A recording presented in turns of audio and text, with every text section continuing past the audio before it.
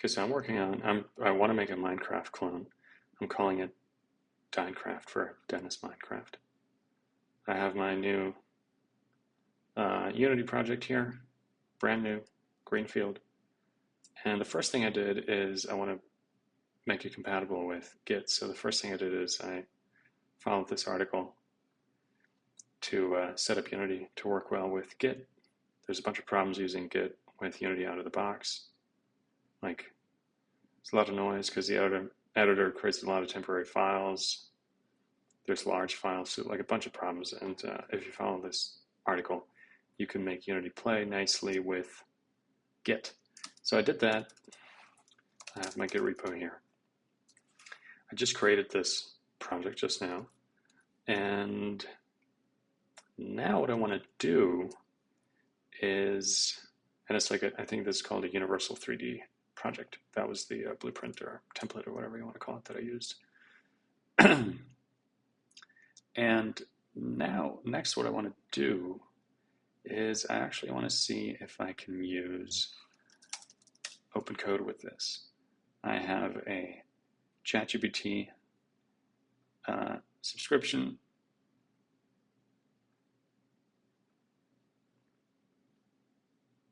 GPT 5.2 codecs.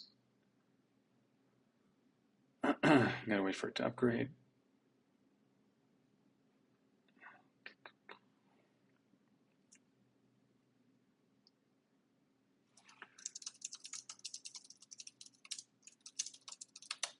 With Unity. It's not typing while it's upgrading. What is going on? Okay, I'm just going to be patient.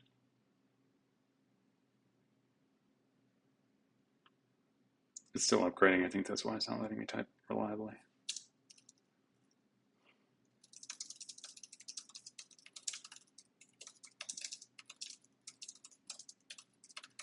Present working directory.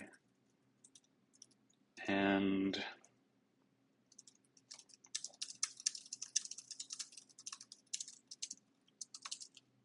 step by step.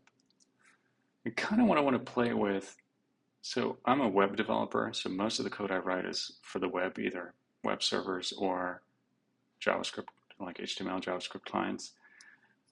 Kind of want to, and usually what I do there is it fucks it up. It does something bad and it like makes unrelated changes or whatever. So usually I just tell it to just give me a code snippet that I can then copy paste. And depending on the project, I like to have good test coverage too. That way I can verify that the AI didn't break anything. Working with AI is pretty error prone. So mastery of Git and mastery of test-driven development is very helpful if you're going to be productive and not create a bunch of tech debt. With this, I'm kind of more open because I don't think I'm going to write a bunch of tests. And since this is a greenfield project, I'm happy to have it write the code from the start. So then down the road, if it touches existing code with its and changes it with its own idiosyncrasies, then fine, whatever. There's hopefully there's going to be more consistency if I start using it from the get-go. Let's go over how to make a Minecraft clone step by step.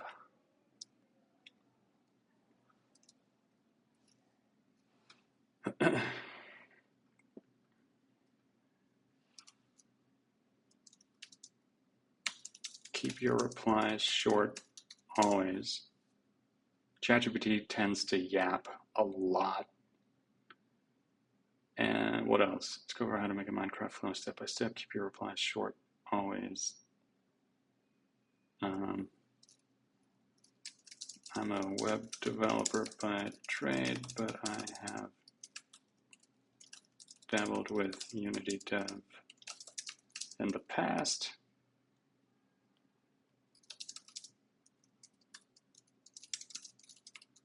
I know C# to an extent, but I want this to be a learning experience most of all.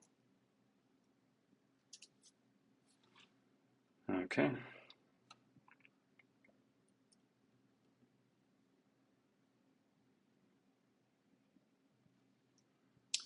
Okay, first thing it wants to do is clarify scope. let's put, how are we going to do this? I can put this here, I guess. And then I can move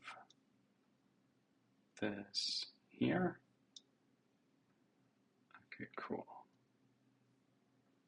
Do this in small learning focused steps. First, clarify scope so I can tailor the steps. Question, do you want a classic voxel terrain like Minecraft, procedural, infinite-ish, or a smaller fixed world for learning first?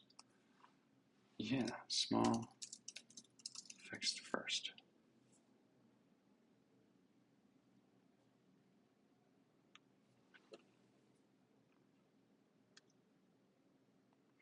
Build a tiny block world from code.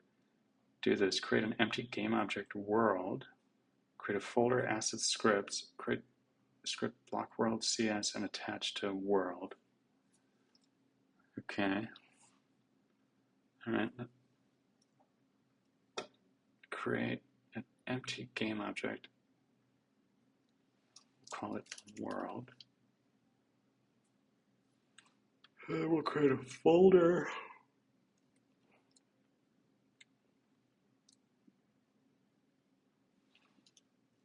Scripts. Okay. We're going to create a script called block world. No, wait. Great. How do we, am I tripping? What are,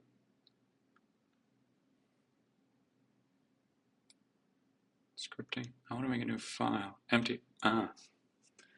Here we go. Now we're going to attach this to the world. Can't have because the script class cannot be, oh.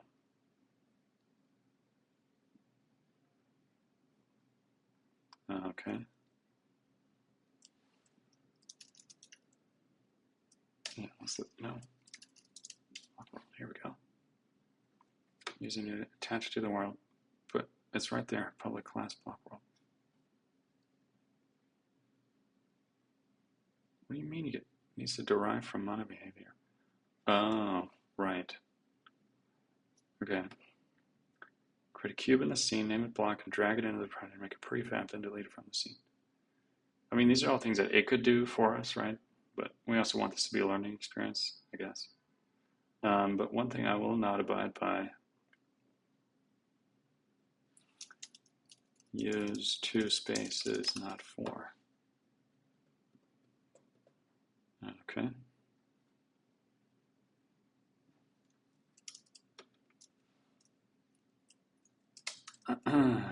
It doesn't, unfortunately, it doesn't copy over those line breaks from here. Anyway, void start. Let's see if we can do this now. World. Okay, great. So now when the game runs and when this object is instantiated, which is like right away, I think, then it should run all this. Start will run once, I think. Not at every frame. Okay. Has a width, a height, and a depth, and we count up to those. Block through. Oh, we're populating the world with blocks. I see. Say when it runs next to step 2, camera plus player. Got it. Here's the same script we choose. Create a cube in scene, name it block, and drag it into the project to make a prefab.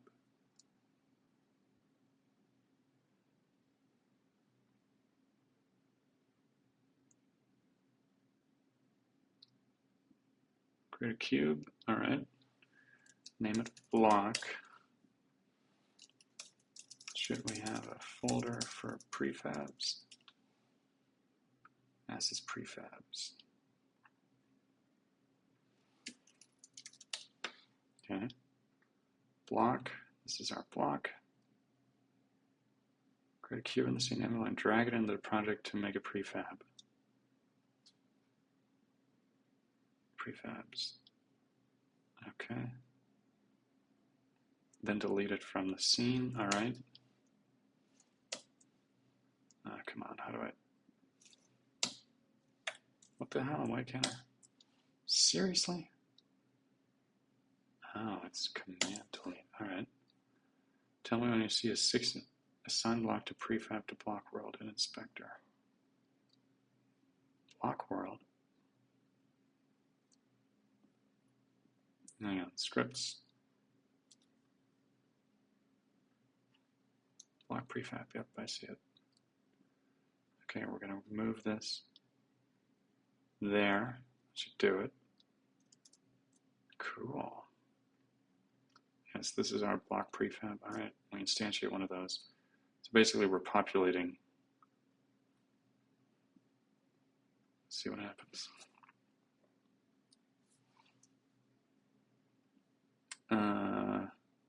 Scene. I don't see anything, and we're getting an error called unassigned reference exception to the variable has not been assigned. You probably need to assign the block prefab variable or the block world script inspector. I thought we did that. Block prefab.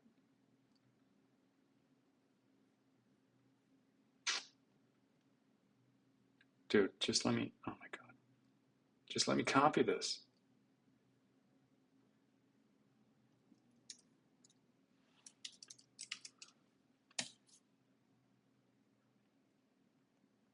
Didn't assign the prefab. Yes, I did. And the inspector drag on the world object. Oh, on the world object too. Oh. Why do we need it in both? Why do we need the prefab both on the world object and the script? The script is on the world object. You assign the prefab to the script's block prefab field there. It's only one assignment. You're not assigning it twice. I thought I assigned it to the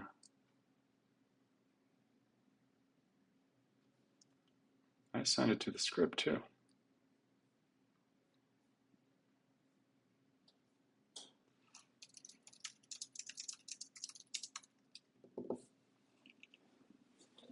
That is the assignment. The script goes on the world, so assigning the prefab in the scripts field is how the script knows what to instantiate. Okay, I think this may be wrong. How do I, oh boy. How do I clear this? Okay, maybe that'll do it. Oh. Oh no, I didn't. Wait. What did I just do? Okay, it saved that one, did that one correctly. It saved that. World.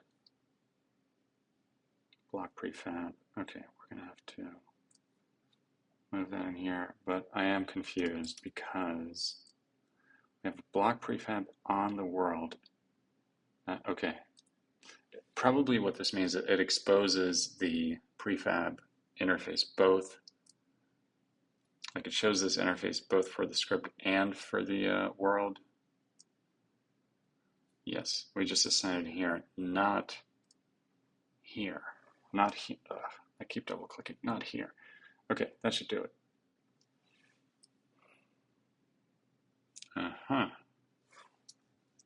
Oh boy. Look at that. There you go. We see a cube. Well, I think there are a bunch of cubes. Yes. A whole lot of cubes. Yep. That's worthy of a git commit, I think. You can see here all the things it did. See that it's still pretty noisy, but commit. I don't know. Generate a bunch of cubes programmatically. Okay, cool.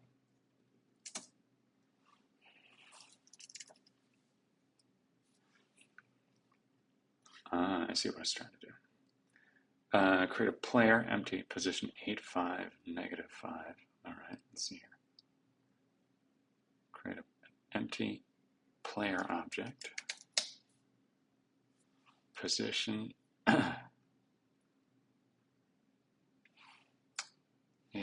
What can I? Excuse me. Hello.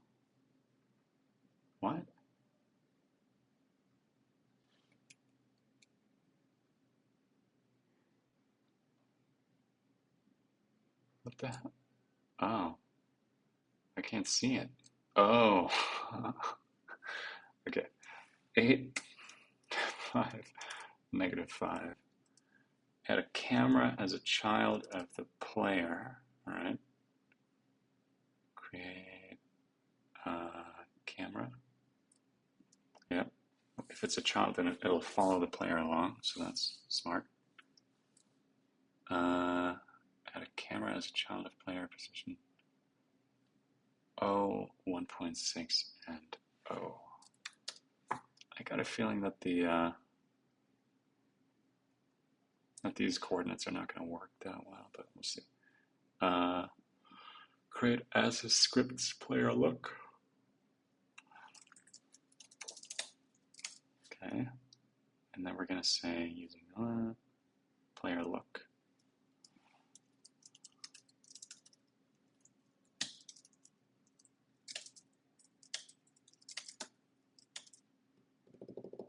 Okay, let's see what this does. Mouse sensitivity is 2. Okay, cursor lock, say cursor lock mode dot lock. File mouse X. Okay. Pitch negative mouse Y, but math clamp pitch. Alright, so this will let us look around with the mouse. Okay. We're going to attach player look to the camera.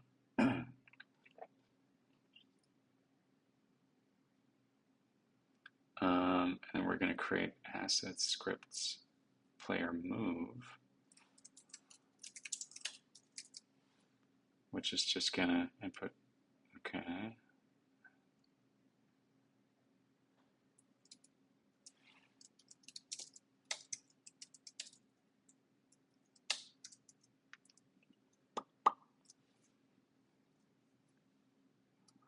H and V, transform right H.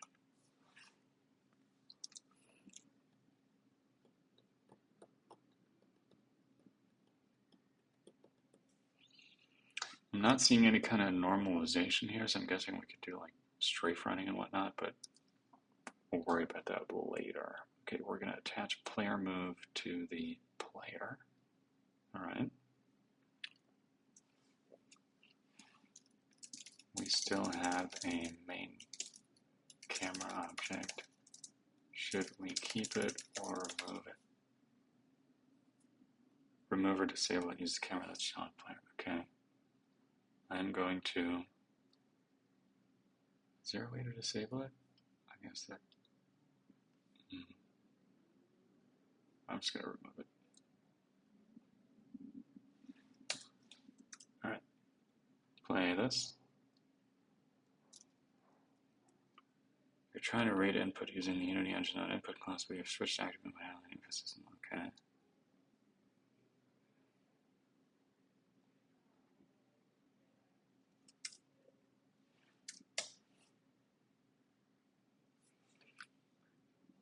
You're using the new input system. 2 options. Switch to both. Project settings. Rewrite scripts to use a new input system.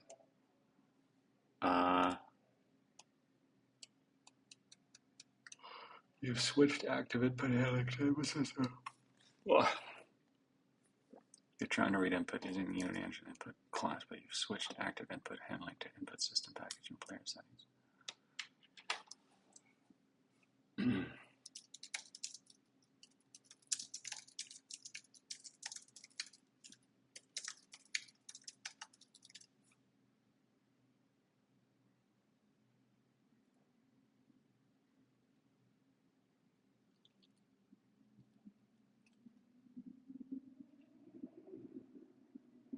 Okay, it looks like it's doing that for me. That seems like an awful lot of. Really? That does not look familiar. But I haven't used Unity in a couple of years, so. Yeah, 2 years, so. Files updated. Let's see. It seems like an awful lot of code, but maybe. Yeah, I remember it being simpler than that. Can you use single quotes in? No, I guess not. Anyway. Oh yeah, I always forget to. Okay. Clear that. Run that again. Hey, look at that. We can move. Sweet. Oh yeah. No, it isn't. It is normalized. I think. I'm not seeing any strafe running. I think that's what that's called, right? In the old Doom game, you could run faster if you ran diagonally. Because it didn't normalize the diagonal vector. Yes, I think we got it. Okay. Add commit, add ability to move and look around. Done. Seems to be working.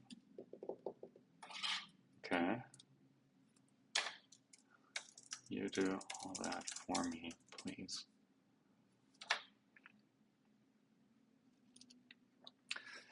See, this is the benefit of having Git, because now we can just tell it, here, you do that. We can just delegate it, and we can check if it messed up. By running diff command, we can see exactly what it changed, because I don't necessarily trust it to tell us. I don't necessarily trust it with this to be truthful. Sometimes it makes stuff up. It's good to have the final say here. Okay, so what did it do? Yep, gravity, jump height. Okay, we're adding a character controller. Yep, I remember that. Okay, character controller, jump action, no jump. Okay. Yeah, oh, this is all new. That's very interesting. Transform right times, okay. Vector 3 move is grounded. Right, we're doing this thing. Probably this is grounded so that it can't double jump.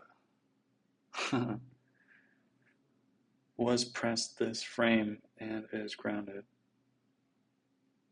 Okay. Pretty velocity. All right. Okay, worth a shot. Is that all that changed? Yeah.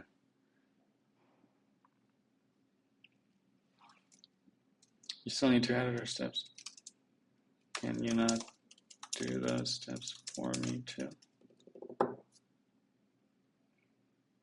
No, those are unit editor components and not file edits.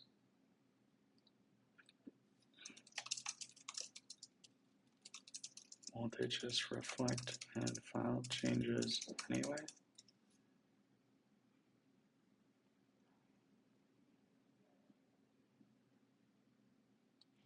Okay.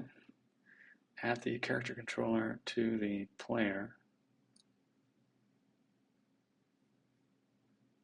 All right, we got to add a component. All right. And what else? Ensure the block prefab has a box collider. Yep, it does.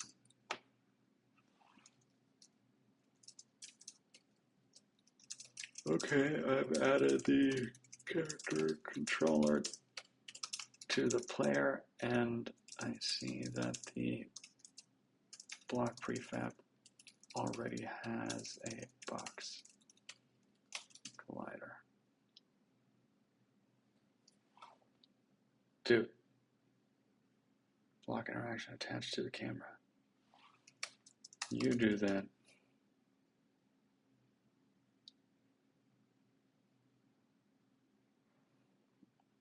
Okay. It says he added that script.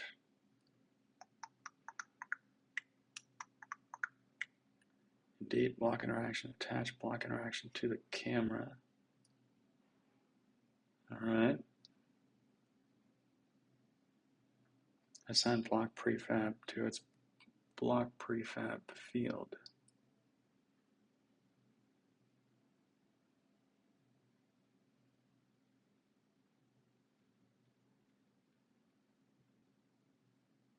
Okay. That seems oddly specific. Why does the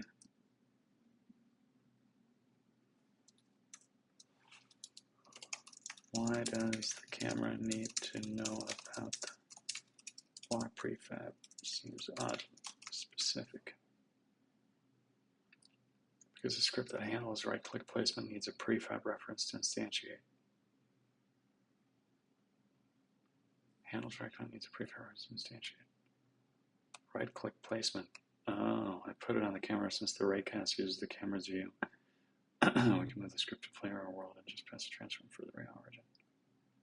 Okay. Let me try this. Wait, okay, wait. What all did it change? We added the character controller so we can now jump up and down, but there's also some these new block interaction. Break action, input action, break. Yes, so left button will break a block and the right button will place it. So that's cool. On enable on to say update. Try break. Let's press this frame. Try place. Physics raycast transformers. Right, so we're using a raycast. It's already doing some pretty advanced stuff here. We're using a raycast to check what we're looking at and yes, and then destroying it. Destroying, on left click, we destroy whatever the raycast hits. Okay, let's try it. Oh, yeah. On play, the player just falls past the platform. I think I need to update the starting I can't type starting coordinates for the player. Set the player position 8. That's what it is already. 8, 5. Oh, never mind. 8, 5, 8. Okay. Sure that it does. On player character controller height to center. Wait. Center 010. Height is 2. Play against yourself all the time. We'll check aligners. Okay. Yep, that looks good. Holy shit. And I can, wow, that is so cool, man. And I can jump.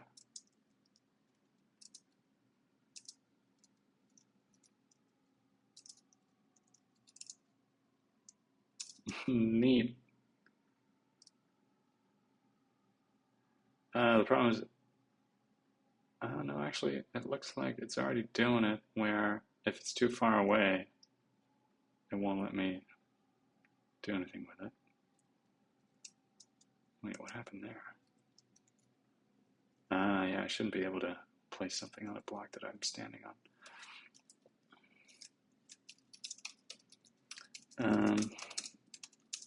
Let user place and destroy blocks.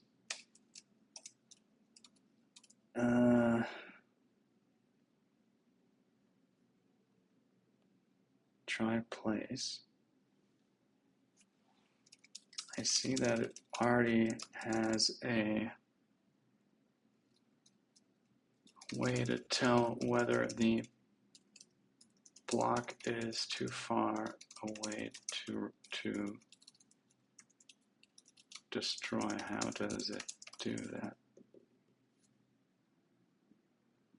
Includes a max distance reach. Oh. Where's the reach from? Oh, 6, okay. Only hits colliders when that distance beyond that returns false and nothing gets destroyed. Sweet.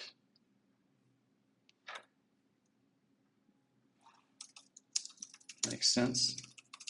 Next, I shouldn't be able to place a block on the one I'm standing on unless I'm jumping.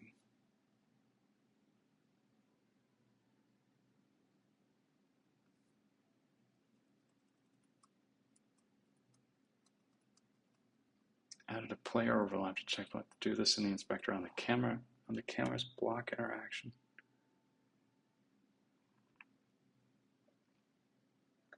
Assign player's character controller to player controller. How do we do that? Camera. Oh no, how do we do that?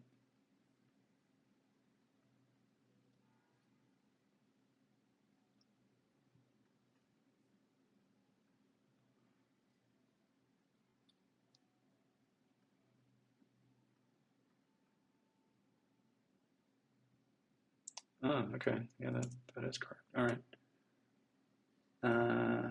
Now you should be able to place a block intersecting your bounty. Jumping should allow since the bounce will intersect. Updated block interaction is overlapping player return. Player controller equals null, return false. Why would then a player controller ever be null? Can't we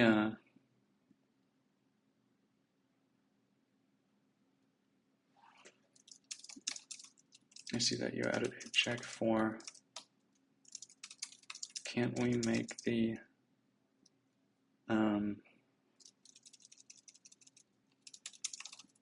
player controller a required dependency? Yes, because the script is on the camera, we can't use required code for the controller. Force video wake check.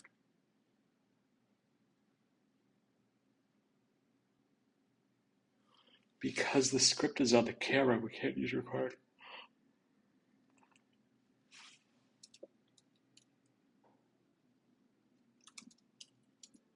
Wait, why does camera mean no require component?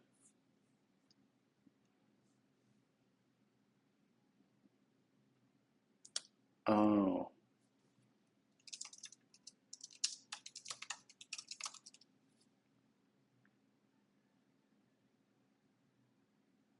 You can clear the field in the inspector. It'll grab the parent's character controller.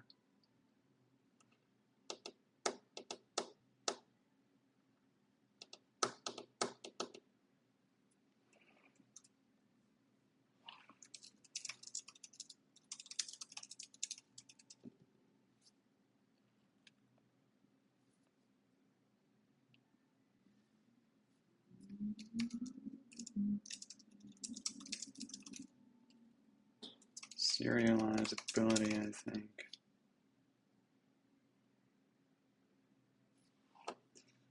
Very good.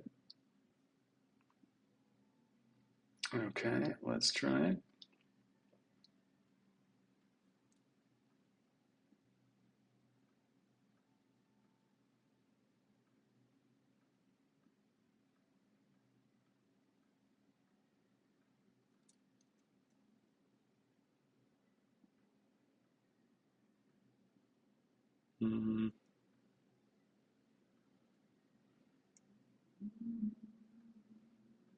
Okay, this is, what is that, mold? Why is it, okay, weird. Okay, this is working well. Do not let player place block where he's standing. And then next step I want to have a crosshair. Need a crosshair because I need to be able to see which block we are currently pointing at.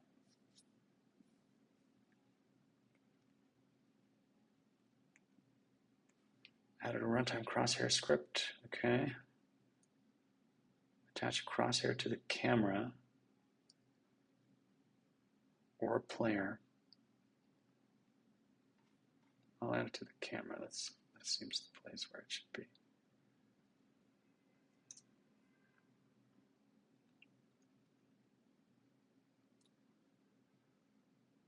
Yep, I see it. Cool. White is maybe not the best color, but yes, that is much better.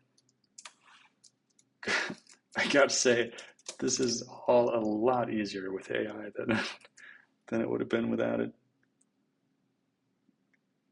what I've done in the past, like 15, 20 minutes, would have taken hours in the past. Well, maybe not hours. Let's say an hour. Um, but especially with my Unity skills being rusty, it probably would have taken hours. Okay, so this is basically all generating a sprite, a crosshair sprite on the fly. Create add crosshair. Okay. Cool. Next, it should, you know how Minecraft kind of highlights the block that you are currently pointing at? I think it adds a slight black outline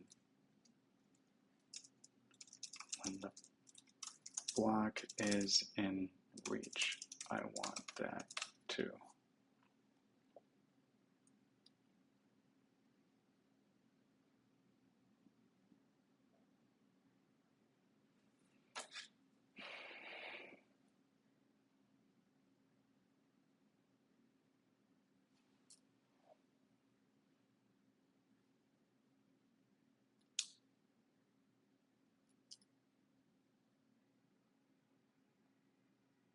Wow, does it really? It needs all that?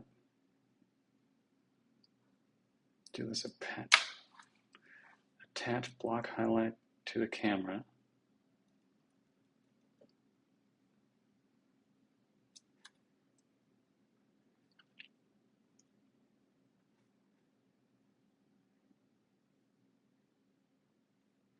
You should see a black outline on the block you're aiming at.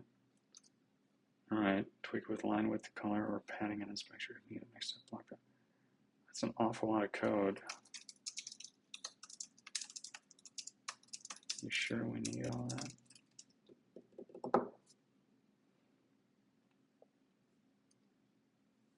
For true wireframe outline, you have to draw all 12 edges. This is the minimal way without custom shaders. The code is mostly set up for line rendering. Tint the block you're aiming at, swap material on the line, so it's much less code. I mean, whatever. Wow.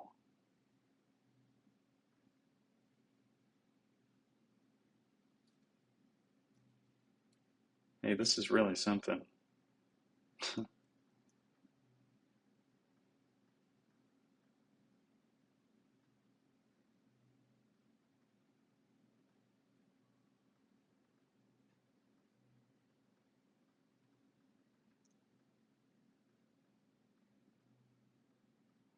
don't think we can reach quite that far in Minecraft.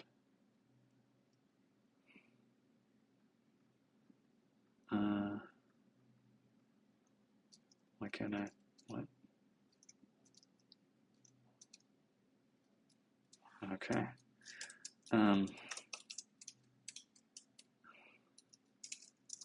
Add outline to block player is pointing at. Okay. What else? Right. I need to be able to fit through.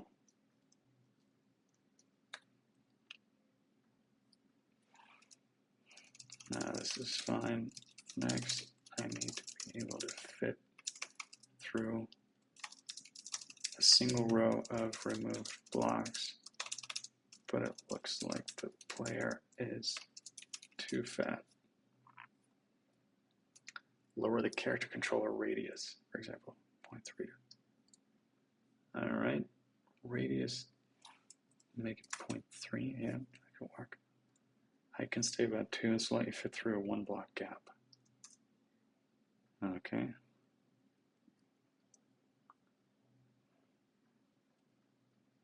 Indeed.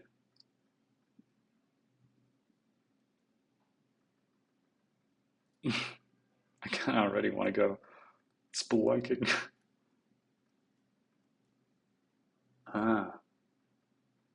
Next. Yeah. Okay, well, let's see. All right, this is cool.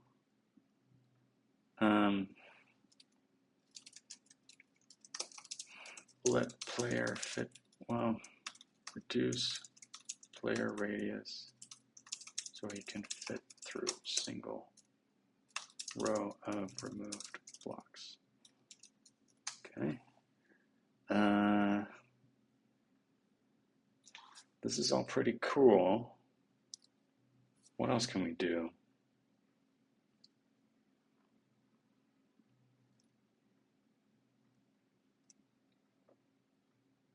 I mean, in Minecraft, the blocks don't, unless you're in creative mode, I guess, right? Then the blocks,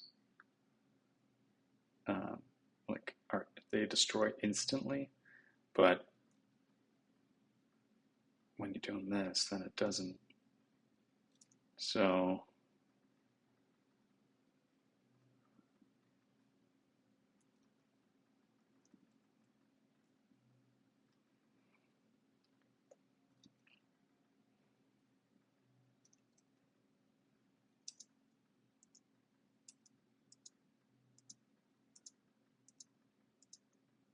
okay, I'm noticing a bug.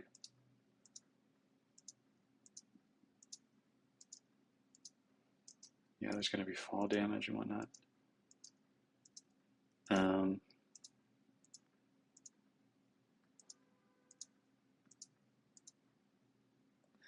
Technically, there's a problem here with. I know it would be cool if you could.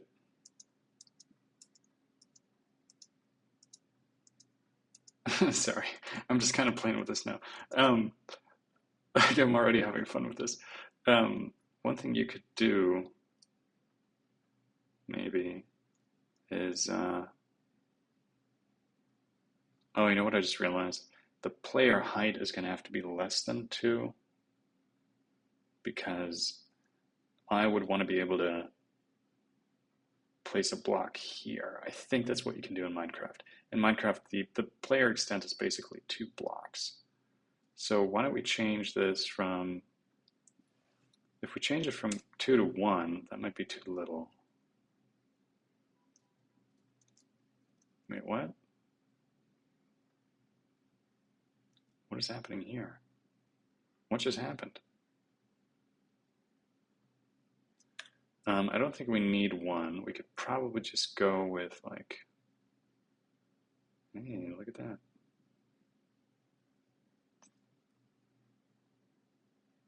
Yeah, 1.8, that'd be good. Yes. Okay, that feels a little claustrophobic. Let's make it 1.75. That should be enough. Let user reduce player height so he can place block above him, like at 3rd level. It's kind of cryptic, but okay. Okay, that could work. Let's see. What was I saying we need? What else do we need? We need like, oh right, I did see a bug earlier. It's when you're, how was that? I just saw it a second ago again. Yeah, there's this flickering going on. What is that? I suspect that the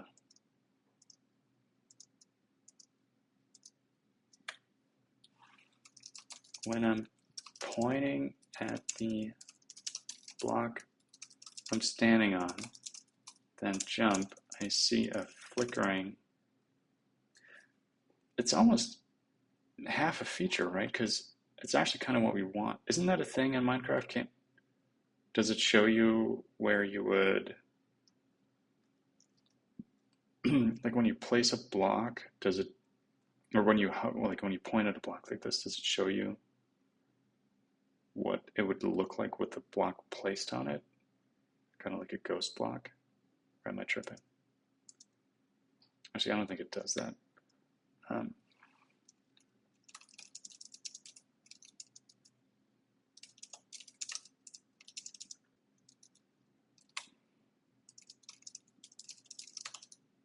Seems like a bug. Sure does. Yeah, I was thinking that too. It hits the character player. Like the array was hitting the player's own collider when you jump. I updated the highlight to ignore anything on the player hierarchy. If still figures tell me you can also filter to only blocks the player layer or tag. Yeah, I was thinking tags would be good for this kind of thing. Let's see here. Let's play again. Oops. All right, cool. Problem is I can't actually see the outline on this bottom one. I can see it here. Yeah, the crease will hide the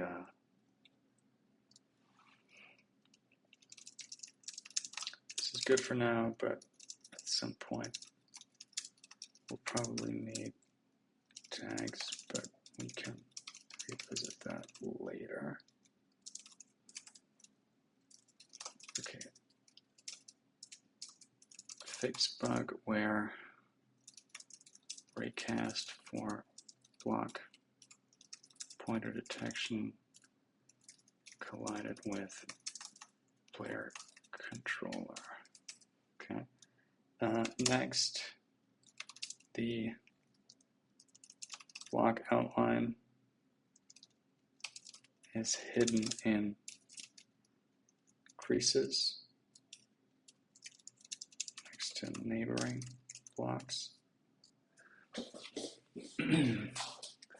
You can really move pretty fast with AI, I gotta say. It's depth testing against neighboring blocks. Quick fix, increase padding and line width a bit in the block highlight. All right.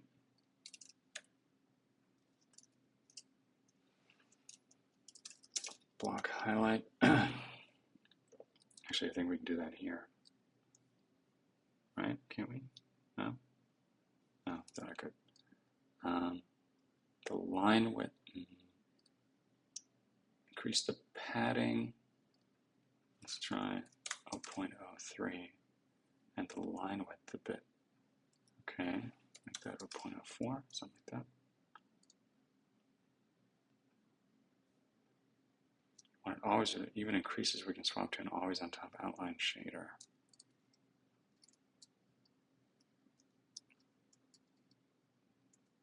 Yeah, we might have to do that. Yeah, it looks like we're gonna have to do that.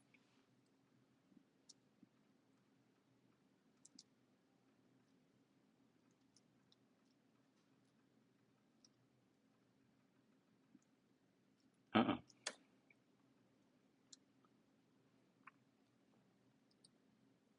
New shader updated. Use the shader if it had plenty of the outline should render. Shaders always on top line shader. Okay. Cool. Sometimes I kind of wonder if people can manipulate AI by publishing a bunch of innocuous looking scripts on the internet, but they're actually malware, and then you ask the AI to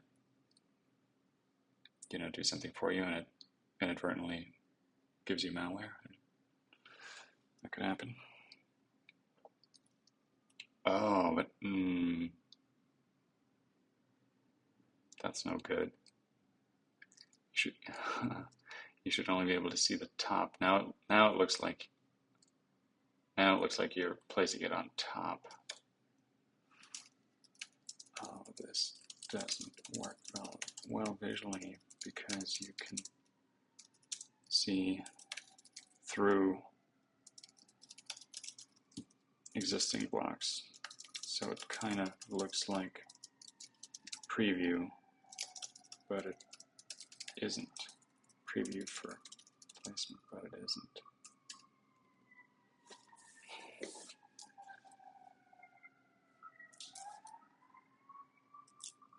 Getting the shader, that's the downside of Z-test always. I switch the shader back to depth test with a slight depth bias so it won't show through blocks. The outline should no longer show through.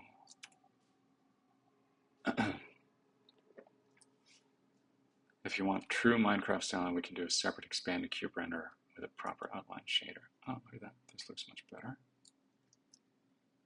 Yeah, but now we're back to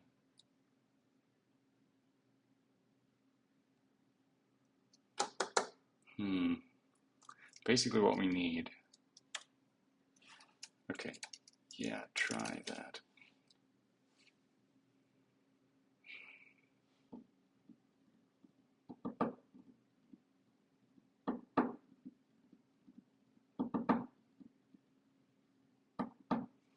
We can highlight that. Yeah, maybe that is the answer, just highlighting it using an expanded cube plus outline shader.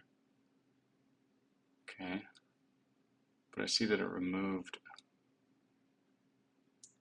a script, didn't it? Block highlight. Oh no, the script still exists. Okay. Uh-oh. No, this doesn't look very good.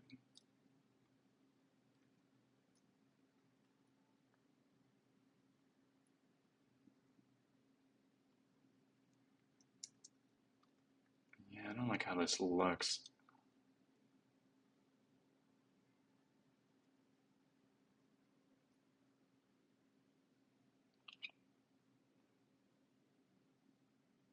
Why is it only showing?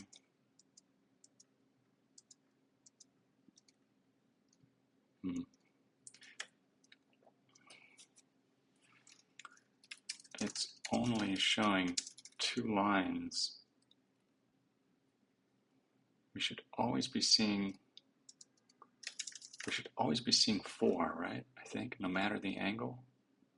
There'd be 4 on top here. Oh, actually, here we'd be seeing more. We'd be seeing 1, 2, 3. Yeah, we'd be seeing 1 in this crease too, and another one down here. So actually, we'd be seeing more. But 2 lines out of 4 on a flat surface.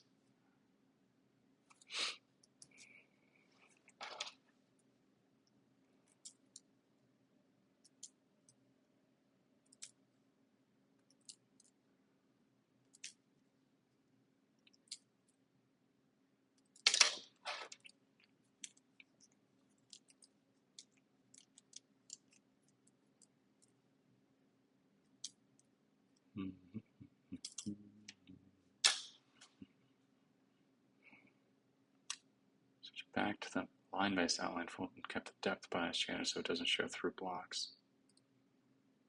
Bump padding. Okay. Thought I already bumped it to those values, but maybe not. Let's try again. Oh, those are...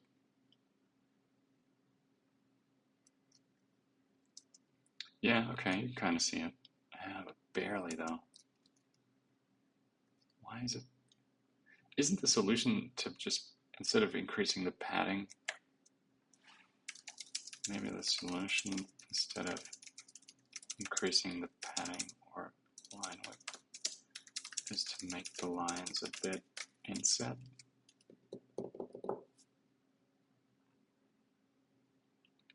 Inset will hide more, not less. The issue is depth testing against neighbors. Better off to keep the edges slightly expanded and use a depth bias in the line shader, or accept always on top of the outline. Try it. Hugs the block. Okay. Let's try it. All right. Well,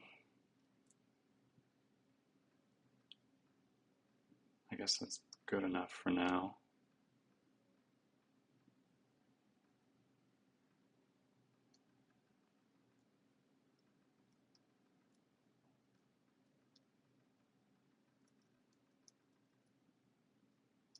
Okay. What all did it change?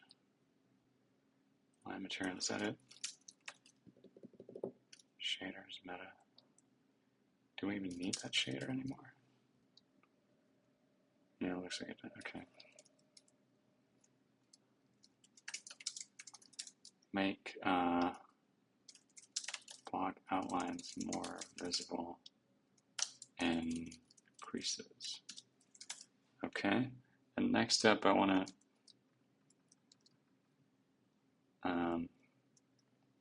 to make it so I can move around on blocks. Well, first of all, there's a bug where if I, here you can tell, I need to, it's waiting for me to jump up high enough so that it has room to place the block. If I don't, so if I hit right click too soon, it can't place the block. Next, when I jump and right click, oh my god, right click on the block beneath me, sometimes the click does nothing, presumably because the player isn't high enough yet and there's no room, but that's frustrating for the player. Any way to make it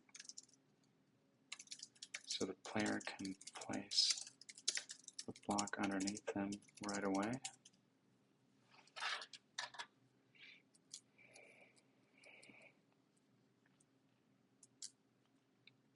Or realize that placing a block entirely below your feet is allowed.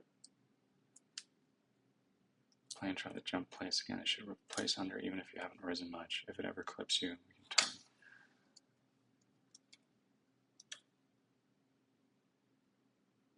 Do I even need to?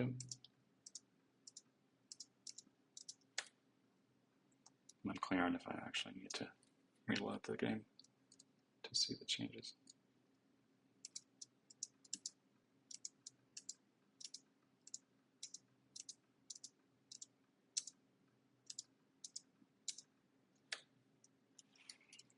I can still repro the issue.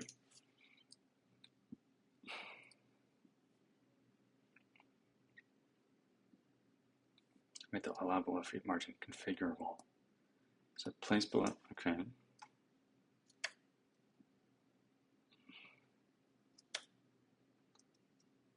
In the inspector, set place below tolerance to 0.2, 0.3 on the block interaction.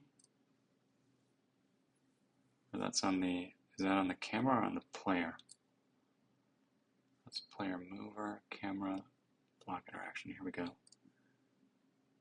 Place below tolerance to 0.2 or 0.3. Try again. If still flaky, I'll add a special case. I'll place them hit normal vector 3 up.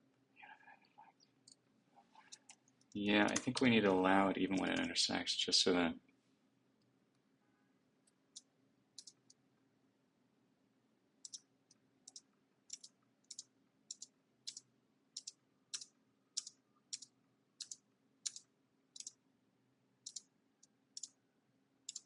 yeah.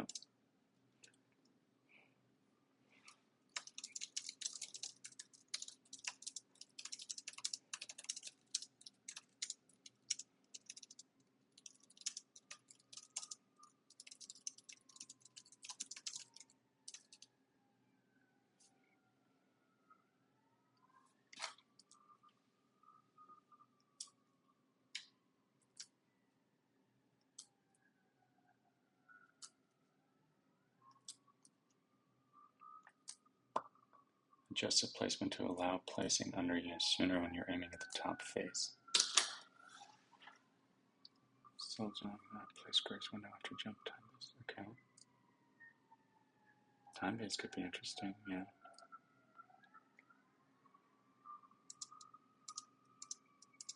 Yes.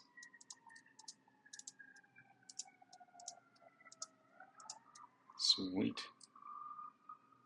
Nice, that's working just fine.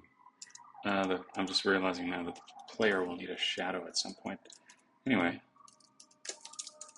fix bug where player had to wait to place block.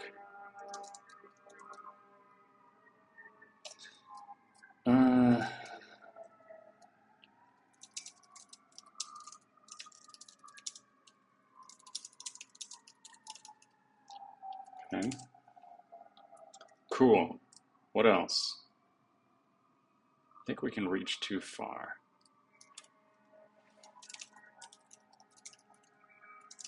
Next, I think the player's reach is a bit too far. Lower reach on block interaction and block highlight in the inspector.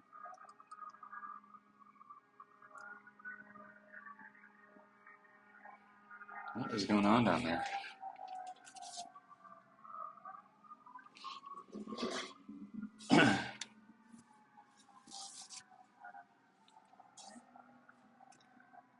What was it? Block interaction and block highlight? Reach. That seems like a code smell that we have that in two places. Having that parameter in two places seems like a code smell.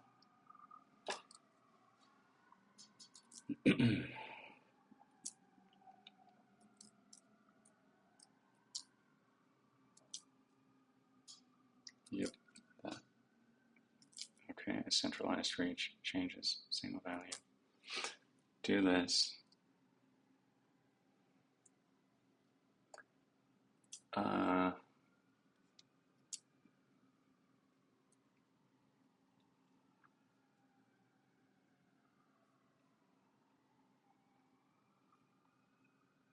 I still see it though. Reach setting as block interaction. Now modify it in parent. Add reach settings to the player. Set reach once, for example.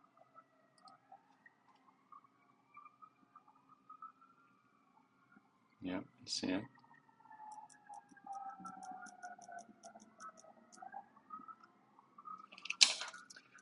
Can't we just have a file with global settings? Scriptable objects in a game setting. Yes, yes, exactly. I'm sorry about all this noise, guys. I don't know if you can hear. Probably you can hear it. There's a lot of ambulances, obviously.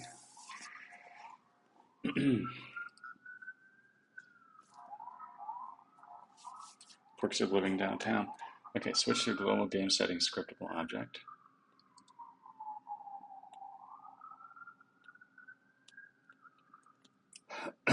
Where is the asset scripts game settings? Yes. Okay. Updated block interaction, updated block highlight, removed reach settings. All right. Create the folder assets resources. If it doesn't exist, it does not exist. Create a folder. Resources. Create setting asset, right click project, create Dinecraft game settings. What? Right click the project. I don't know what you mean. Create what? Create Dinecraft. Like this? No. Create setting, right click the project.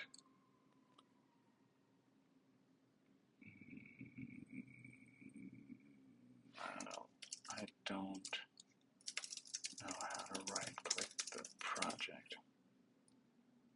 In Unity's project window, bottom panel, just right click empty space. Okay. Alright. Create. Oh. Yes. Game settings. Name it game settings. Place it in assets resources. Where were they? Here we go. Set reach once there. Set reach once there? What do you mean?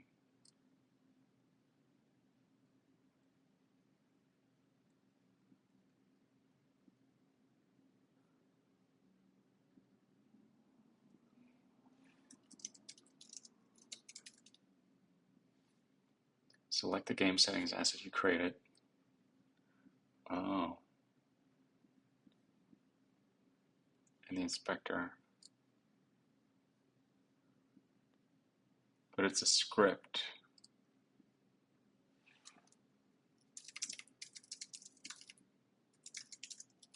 It doesn't expose that value. Script defines the asset type. You need to create an asset from it.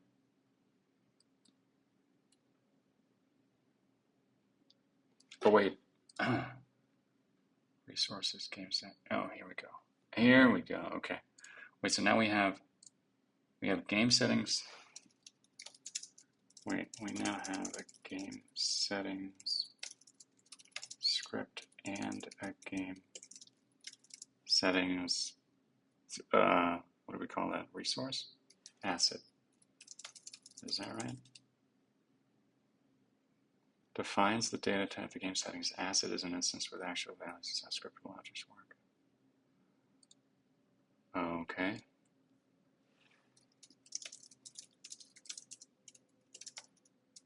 Set to 4.5 on the asset, but I still see reach inputs on both the block interaction and the block highlight.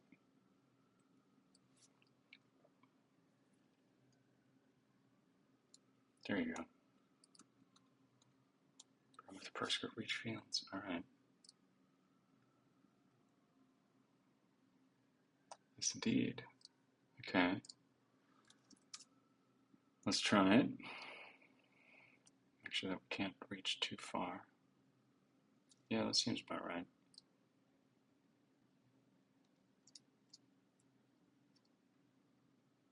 Okay, great. Good.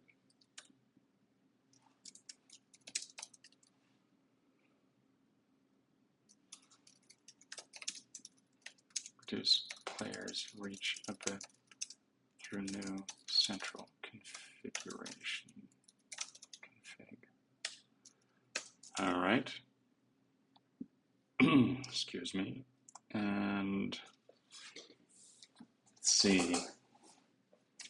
Let's do one more thing where if you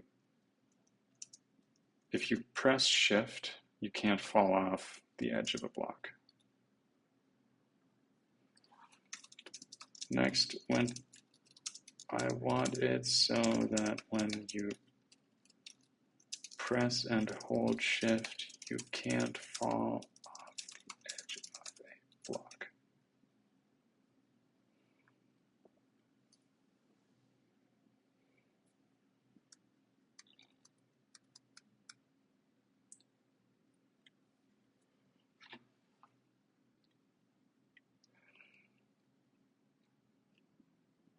Why is it taking so long?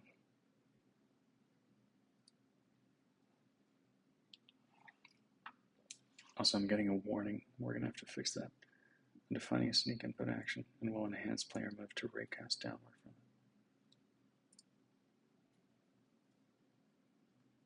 it. Player move, hold shift, horizontal move is blocked if the next step has no ground. Tweak edge distance in the inspector. It's blocked, huh?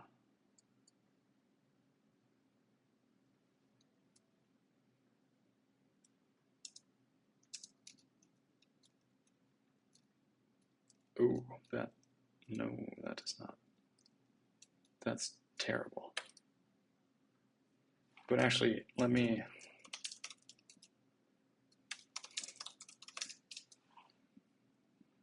let's fix this first. Oh, no, it's actually working fine. No, wait, there's the bug.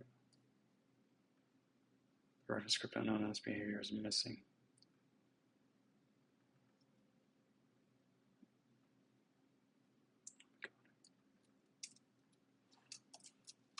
That did not work well, but hold on. I discarded the changes. I'm seeing a warning from the previous commit.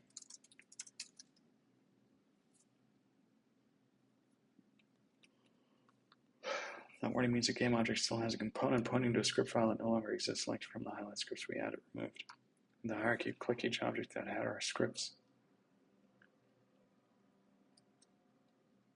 Okay, look for missing script. Reach settings, yes. Okay. Is that it?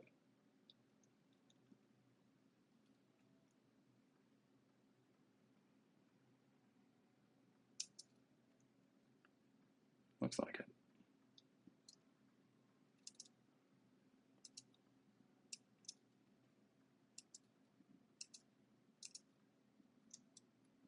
Oh.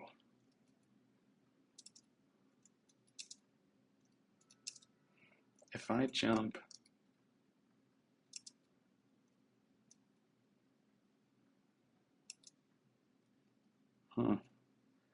anyway, okay, yes, that seems to fix it. Yep.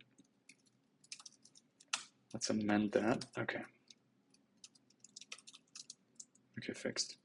Let's go back to the shift thing. The player should still be able to move, just not in the direction that would cause him to fall. So if the player is moving in a direction that's partly toward falling and partly not, but partly not should still work fluently. I mean, yeah, I don't really know how to put this.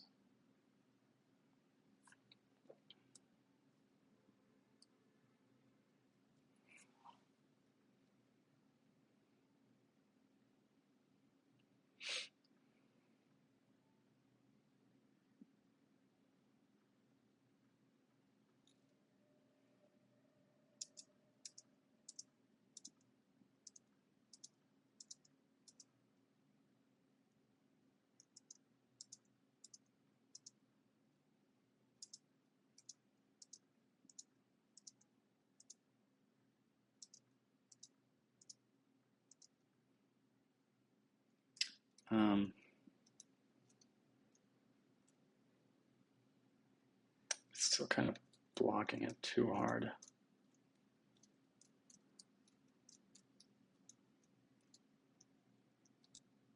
So like I'm hitting W now, which means it's pointing somewhat in that direction, but also not. It's not like I'm going straight for the edge, right? I'm kind of angled like this, so it should still push me forward, just following that edge.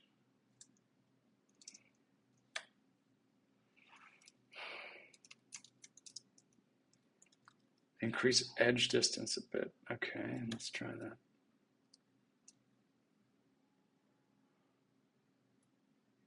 Player move, that's on the camera, I think. I don't know. Player move, edge distance. Increase it. Okay.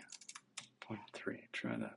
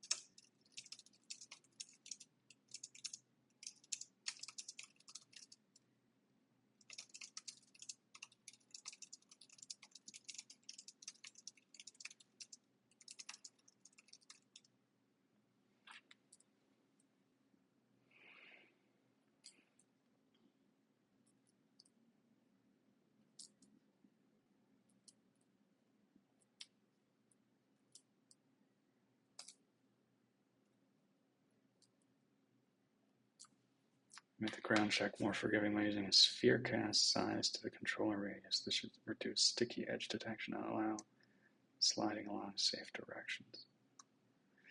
Or maybe you could, if once the player hits shift key, maybe you could place invisible objects around the block that he's standing on.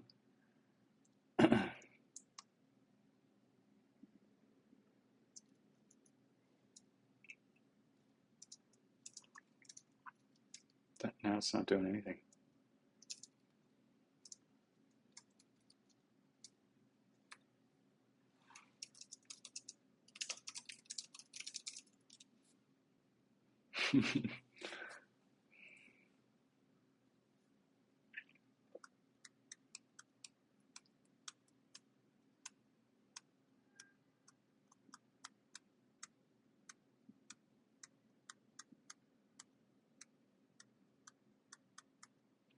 Switch the ground check to an overlap box under your feet. You should feel less sticky and only block when there's truly no block beneath the next step. Okay.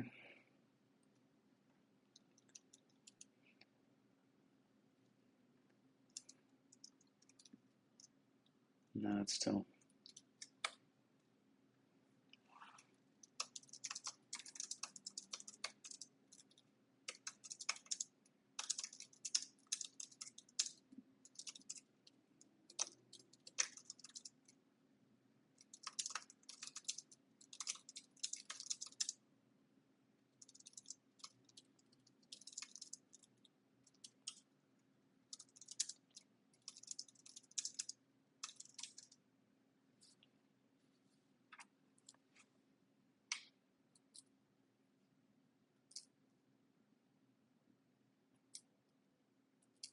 Hmm.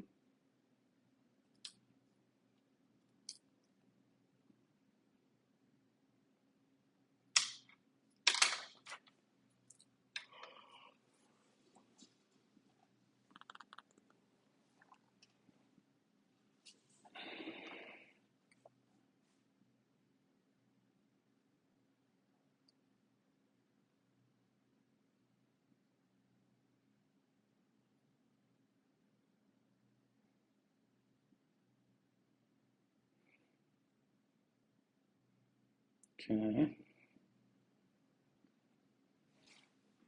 To enable guards while shift is held. All right, let's try it.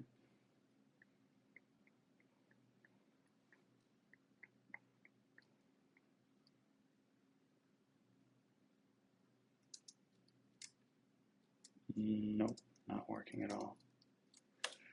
I don't know. Maybe this is too soon. Maybe we'll figure something better out down the line. I'm discarding those changes. Too soon to worry about. I think maybe block palette, grassstone, number keys to switch. Chunk world data structure for future procedural. Save the blockchain. What do you mean by chunked world data structure? A way to store blocks in a grid split into chunks, for example. Makes lookups fast and is a standard base for procedural infinite worlds. It's optional. But useful soon. Yeah, maybe we'll use that next, or maybe we'll do the block palette or something. Having some notion of different blocks would be good, I think. Okay, so that's all for now.